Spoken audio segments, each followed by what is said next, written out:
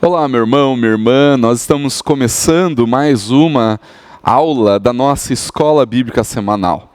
As nossas aulas vão ao ar todas as quartas, às 20 horas, aqui no YouTube, no canal da Igreja Presbiteriana do Tarumã, e elas acontecem exclusivamente por aqui, online. Se você quer participar regularmente da nossa escola bíblica, eu convido você a se inscrever no nosso canal e ativar as notificações para que você saiba quando um novo vídeo estrear por aqui. E se você perceber que esse estudo foi importante para você, eu peço que você curta esse vídeo, que você compartilhe com outras pessoas para que elas também possam ser edificadas. Agora, pegue a sua Bíblia, um caderno para anotações e vamos juntos estudar a palavra. Eu sou o pastor Tiago Matos e você está na Igreja Presbiteriana do Tarumã.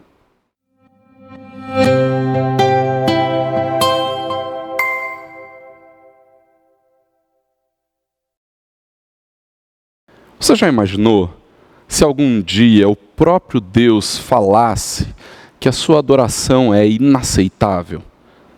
Como é que você se sentiria?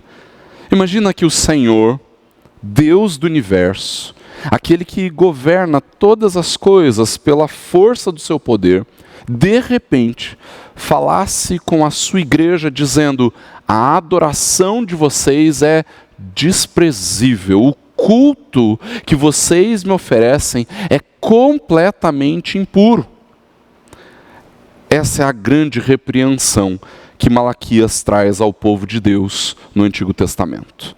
No entanto, Malaquias também serve para que nós, povo de Deus no século 21, possamos lembrar que existe sim um culto que é inaceitável ao Senhor. Para nossa tristeza, nós vivemos num tempo em que a adoração é dirigida tão somente pela boa intenção, e aí, boa intenção entre aspas, de algumas pessoas. Pessoas que estão motivadas, sim, é verdade, mas que às vezes são guiadas única e exclusivamente pelas suas boas intenções, e infelizmente, esse não é o único problema. E eu digo isso porque mesmo aqueles que se dizem bíblicos em seus cultos, nas suas liturgias, são orientados por um formalismo frio e completamente sem vida. O livro do profeta Malaquias é importante para nós justamente porque ele nos chama ao arrependimento, nos chama a retornarmos ao Senhor, ao seu amor, a realidade da aliança, para de fato adorarmos o Senhor como Ele quer ser adorado e não de acordo com as nossas disposições bem intencionadas ou por causa do nosso formalismo. E é justamente isso que nós começamos a ver a partir de hoje na nossa escola bíblica semanal. Abra sua Bíblia no livro do profeta Malaquias e eu quero ler com você o primeiro versículo. A palavra do Senhor em Malaquias, capítulo 1, versículo 1, nos diz assim: sentença pronunciada pelo Senhor contra Israel por meio de Malaquias. A mensagem que Malaquias tem para dar é extremamente pesada. E para que ela se torne clara para nós, é importante lembrarmos algumas coisas que nós vimos no estudo da semana passada. E também observarmos algumas coisas que este mesmo versículo nos diz. Como nós dissemos na primeira aula, o livro de Malaquias possui algumas características bem diferentes de uma boa parte dos demais livros proféticos do Antigo Testamento. E eu digo isso porque esse primeiro versículo começa de uma maneira bem peculiar. Quando nós comparamos com o início de outros livros proféticos, nós vamos perceber que Malaquias é alguém que não se apresenta no começo do livro. Veja como começa o livro do profeta Isaías, por exemplo. Isaías capítulo 1, versículo 1 diz: visão que Isaías, filho de Amós, teve a respeito de Judá e Jerusalém, nos dias de Uzias, Jotão, Acás e Ezequias, reis de Judá. O livro de Isaías está perfeitamente identificado e localizado na história de Judá. Em Jeremias, nós vemos o mesmo padrão de identificação. Jeremias capítulo 1, versículo 1 diz: palavras de Jeremias, filho de Ilquias, um dos sacerdotes que estava em Anatote, na terra de Benjamim. Assim como Isaías, Jeremias também está perfeitamente identificado e localizado. Normalmente os profetas se apresentavam na introdução dos seus livros. Mas não é isso que nós encontramos aqui em Malaquias. E essa falta de uma apresentação em Malaquias foi o que fez com que muitos estudiosos ao longo da história da igreja chegassem a pensar que Malaquias era apenas uma função que um homem de Deus estaria exercendo. Malaquias quer dizer mensageiro do Senhor, mensageiro de Yahvé. E muitos chegaram a pensar que essa era a profecia de alguém que não quis se identificar, chamando assim mesmo, simplesmente de mensageiro ou um mensageiro. Outros estudiosos no passado chegaram a afirmar que Malaquias era o pseudônimo de Esdras. Tanto nos primeiros séculos da igreja cristã, quanto até mesmo o reformador João Calvino, chegaram a afirmar isso por causa de uma antiga tradição judaica que associava Malaquias com Esdras. No entanto, ainda que algumas evidências possam, sim, apontar para estas possibilidades, nós ainda devemos considerar que Malaquias era, sim, um personagem histórico, uma pessoa real. Afinal, ainda que o padrão de identificação do autor normalmente utilizasse a apresentação da genealogia, o local onde aquela profecia foi pronunciada, a forma como Malaquias se apresenta não é totalmente incomum no Antigo Testamento. Nós podemos observar o mesmo formato em Obadias e Abacuque, por exemplo. Abacuque começa o seu livro assim, Abacuque capítulo 1, versículo 1, sentença revelada ao profeta Abacuque. Obadias é ainda mais sucinto. Quando nós observamos a primeira parte do versículo 1 de Obadias capítulo 1, diz simplesmente assim, visão de Obadias. No entanto, não é porque consideramos que o profeta Malaquias seja um personagem histórico e não um pseudônimo que nós devemos ignorar o significado do seu nome. Ele é, sim, o mensageiro do Senhor.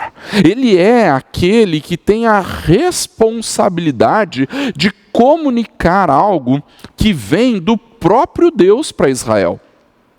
É curioso, queridos, notar que a expressão por meio de Malaquias, no final desse versículo, seria literalmente pela mão de Malaquias. Essa é uma expressão comum no Antigo Testamento para indicar um agente através do qual o Senhor Deus estava falando. E nós podemos observar isso em várias passagens. Apenas para citar um exemplo disso, nós podemos nos lembrar da história em que Saul visita aquela médium na cidade de Endor, no primeiro livro de Samuel, no capítulo 28. Ainda que essa seja uma passagem de difícil interpretação, porque ali Saul supostamente conversa com alguém que estava morto, no versículo 15 ele literalmente diz que Deus não o respondia mais pela mão dos profetas. A versão Nova Almeida, que é a versão que nós mais utilizamos aqui na Igreja Presbiteriana do Tarumã, traduz corretamente que o Senhor não o respondia mais através do ministério dos profetas. Assim como Israel, irmãos, nós não podemos ignorar o fato que o Senhor, durante toda a história da igreja, tanto no Antigo quanto no Novo Testamento, tem levantado servos para profetizar e trazer a palavra de Deus ao seu povo. Desde os tempos antigos, a palavra que os profetas de Deus são ordenados a pregar não depende da vontade dos profetas, mas da sua submissão a Deus. E todas as vezes que nós, como igreja, negligenciamos os profetas que Deus tem levantado, nós recaímos em um erro gravíssimo e nos tornamos duplamente culpados. Em primeiro lugar, porque nós desobedecemos o Senhor. E em segundo lugar, porque não ouvimos a sua voz através dos profetas nos chamando ao arrependimento. Isso é extremamente significativo, queridos, quando entendemos a natureza da mensagem dos profetas. E o texto de Malaquias, capítulo 1, versículo 1, nos fala sobre a natureza dessa mensagem. Era uma sentença. Sentença é algo que um juiz profere, não é verdade? Não é assim que nós pensamos? Depois de verificar a lei vigente, observar todos os fatos e analisar o caso em questão, um juiz determina a sua sentença. No entanto, ainda que de fato nós estejamos diante do juiz de toda a terra, a palavra traduzida corretamente por sentença aqui neste primeiro versículo precisa nos levar a uma reflexão ainda mais profunda. Muitos exegetas debatem como essa palavra deveria ser traduzida. E o debate acontece porque a palavra, no original hebraico, também poderia ser traduzida por jugo ou fardo, ou até mesmo por um peso carregado pelo profeta. Quando nós estamos estudando a Bíblia, especialmente o gênero literário da profecia, é muito comum, irmãos, nós utilizarmos o termo oráculo para nos referirmos à mensagem que foi recebida pelos profetas e que eles têm a responsabilidade de transmiti-la. Jeremias, por exemplo, no capítulo 20, versículo 9, considerou que aquela palavra profética que ele precisava trazer, levar, e que ele recebeu da parte de Deus, queimava como fogo no seu coração, que estava preso nos seus ossos. Já no caso de Malaquias, o profeta considera a mensagem que deveria levar como um fardo, como um peso. Assim como Malaquias, outros profetas também entenderam que aquilo que deveriam anunciar era assim um peso. A mesma palavra é utilizada por Isaías lá no capítulo 22, no primeiro versículo, quando ele fala assim, sentença contra o vale da visão. Na primeira parte do versículo 1 de Isaías 22 fala isso. Ezequiel tem a mesma experiência, diz assim, Ezequiel capítulo 12, versículo 10, pois diga-lhes, assim diz o Senhor Deus, esta sentença refere-se ao que governa Jerusalém e a toda a casa de Israel que está no meio dela. A mensagem dos profetas era assim, um peso, um fardo que deveria ser carregado com as suas mãos e depositado sobre aqueles que eram o alvo daquela profecia. Às vezes o povo, coletivamente, mas também indivíduos foram alvos destas sentenças, destes pesos. E este é o teor da mensagem de Malaquias, uma sentença, um fardo, um peso. Mas eu quero te convidar a pensar comigo o motivo pelo qual aquela mensagem era um fardo. A primeira coisa que nós devemos considerar é que de fato era um peso para o próprio Deus. O Senhor estava se pronunciando contra o seu povo. Os versículos seguintes que nós estudaremos nas próximas semanas nos mostram o amor de Deus pelo povo que ele havia escolhido, o povo da aliança. E agora, esse povo, amado por Deus, havia se tornado tão negligente ao Senhor que Deus precisava corrigi-lo. Em várias passagens do Antigo Testamento, Deus trata seu povo como filhos. E todo pai que já precisou aplicar uma correção aos seus filhos e fez isso de maneira piedosa, sabe o quanto dói no coração dos pais ter que repreender os filhos, ter que corrigir os seus filhos. é exatamente por isso que muitos pais acabam por negligenciar a educação dos seus filhos, porque dói corrigir aqueles a quem tanto amamos. No entanto, o Senhor não pode negligenciar a sua justiça, Ele não pode negligenciar a sua glória por causa da dor da correção. Deus vai sim repreender o seu povo amado. E mesmo que isso seja um peso, o juiz de toda a terra não vai deixar de lado a correção que os seus filhos precisam receber. Mas além disso, a mensagem também era um peso para o próprio profeta. O profeta estava se dirigindo aos filhos de Deus, ao povo de Deus, ao seu próprio povo, e o conteúdo da mensagem era muito dolorida. Afinal, é uma sentença, é uma denúncia, é uma dura correção contra o povo de Deus.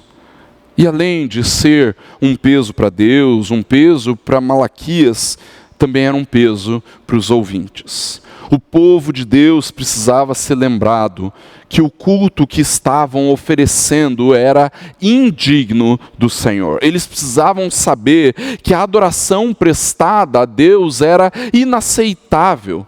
E por isso, precisavam se arrepender e voltar para Deus. E veja que curioso. Normalmente, queridos, nós pensamos na fala como algo passageiro, como algo efêmero, como algo etéreo, que não vai permanecer por muito tempo. No entanto, quando nós estamos falando da palavra de Deus, da fala de Deus, nós estamos falando algo que tem resultados tão reais, tão práticos, tão verdadeiros, tão físicos. A Bíblia nos diz que Deus criou o mundo pela sua voz, pela sua palavra. O universo é sustentado pelo poder da palavra de Deus. As coisas físicas existem porque Deus falou. A voz de Deus não é algo etéreo. A voz de Deus não é algo teórico, não é algo passageiro. Quando Deus fala, as coisas acontecem.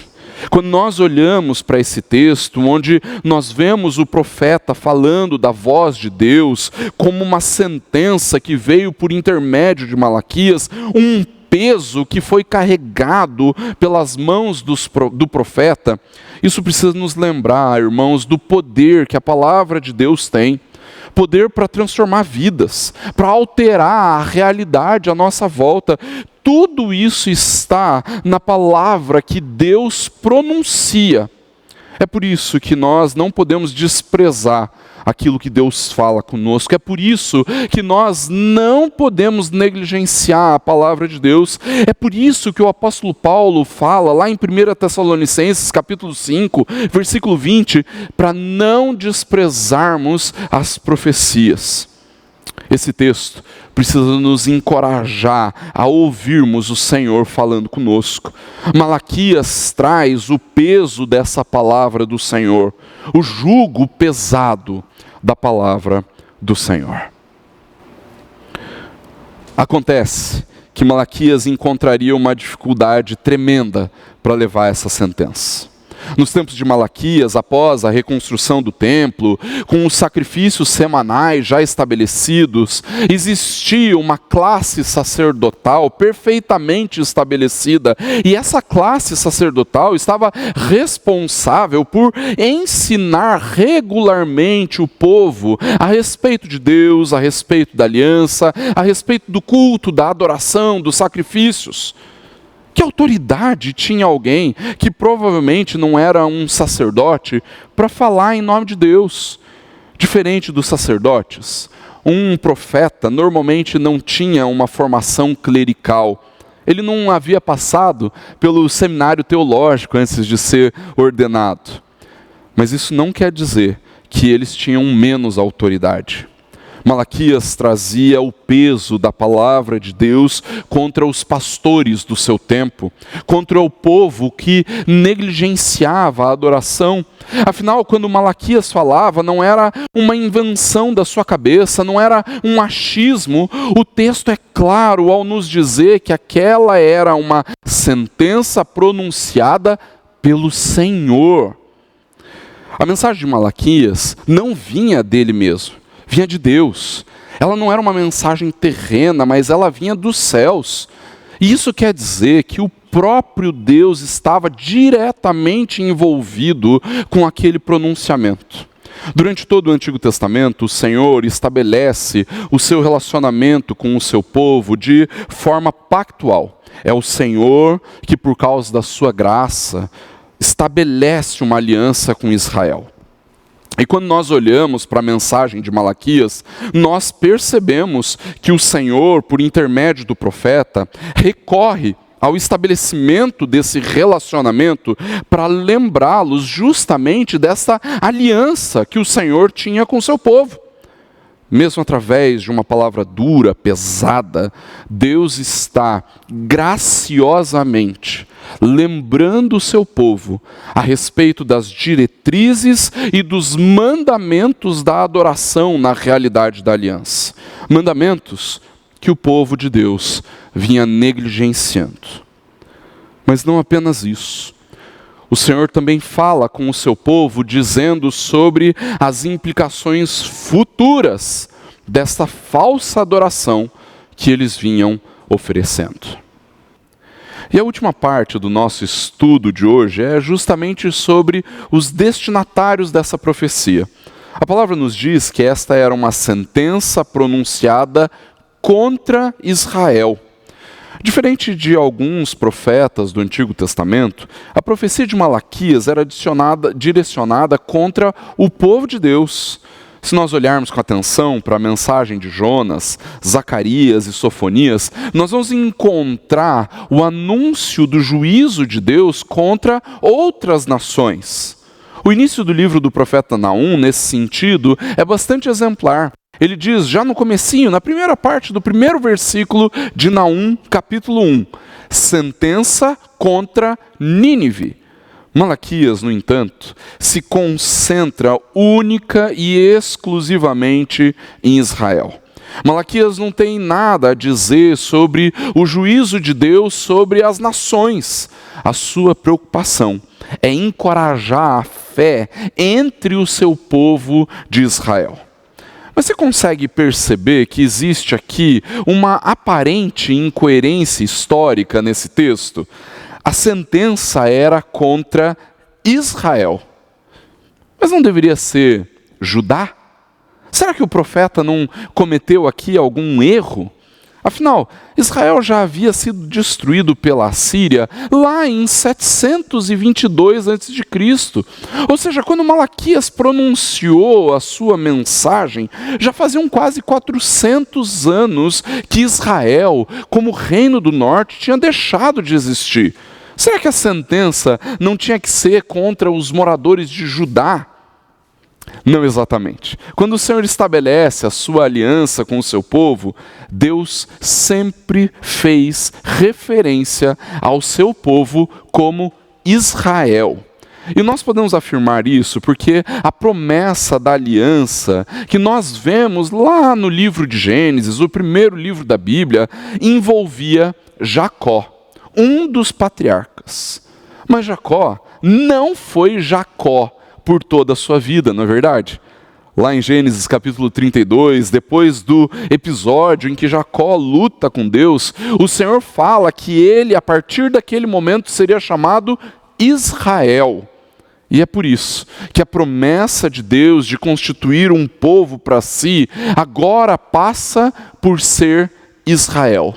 No entanto, a realidade desse relacionamento pactual que o Senhor estabelece é com Israel, mas não um Israel étnico, não um Israel geográfico.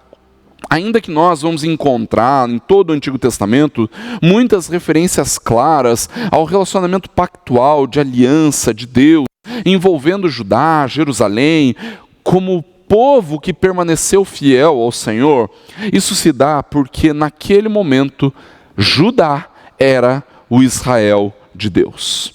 Para entendermos isso um pouco melhor, nós precisamos nos lembrar daquilo que o apóstolo Paulo nos fala lá em Romanos capítulo 9, no versículo 6. Paulo nos diz assim: porque nem todos os de Israel são de fato israelitas. Perceba nesse texto que a aliança nunca foi estabelecida com um Israel étnico ou com um Israel geográfico, porque se assim fosse, o apóstolo Paulo entenderia que todos os de Israel são israelitas. Mas através dessa passagem, nós percebemos que o Israel com quem Deus estabelece a sua aliança é espiritual. Aqueles a quem o Senhor, desde a eternidade, escolheu para pertencerem a Ele. E por que isso é importante para nós? Porque Malaquias, falando com o povo de Deus, ele está falando conosco. Mesmo que o reino do norte, chamado de Israel no Antigo Testamento, já não existisse mais, o povo da aliança ainda seria chamado de Israel. O Israel de Deus, aqueles com quem o Senhor estabeleceu a sua aliança. A mensagem de Malaquias era exortar o povo de Deus a ser fiel à aliança. E eles deveriam ser fiéis cultuando e adorando em obediência ao Senhor. Israel era a igreja do Antigo Testamento. Há uma continuidade na história do povo de Deus e nós, cristãos do século 21, somos parte deste mesmo povo, porque nós estamos debaixo da mesma aliança. A mensagem de Malaquias é direcionada a nós, porque esse Israel são os nossos irmãos do Antigo Testamento. E a palavra de Deus é pronunciada contra toda a sua igreja, quando nós nos tornamos negligentes com a aliança, com o culto e com a adoração. Ao concluirmos o nosso estudo dessa semana, é preciso lembrar que o peso da mensagem de Malaquias é direcionado a nós também. E podemos dizer, porque assim como nossos irmãos israelitas do tempo de Malaquias, nós vivemos tempos muito difíceis. As frustrações que dominavam o coração daquele povo, naquele tempo, no Antigo Testamento, são as mesmas frustrações que dominam o nosso coração. Se eles estavam entristecidos pelas dificuldades, pela presença de povos inimigos, pelas necessidades que enfrentavam, nós nos vemos dominados pelas mesmas tristezas. No entanto, a exortação de Malaquias também está direcionada a nós, porque, como povo da aliança, nós precisamos adorar o Senhor em obediência ao Senhor, independente das frustrações e dificuldades com as quais nós estejamos lidando. A pergunta para nós é, como povo da aliança, nós seremos fiéis ao Senhor em adoração? Ou receberemos a dura palavra de Malaquias para nos corrigir? Que o Senhor ministre o nosso coração, para que, tementes a Deus, nós possamos adorá-lo com sinceridade, fervor e obediência. Que Deus te abençoe. Não se esqueça de curtir e compartilhar esse estudo com seus amigos e familiares, para que outras pessoas também sejam edificadas pela palavra do Senhor. Que Deus te abençoe. Até a próxima semana.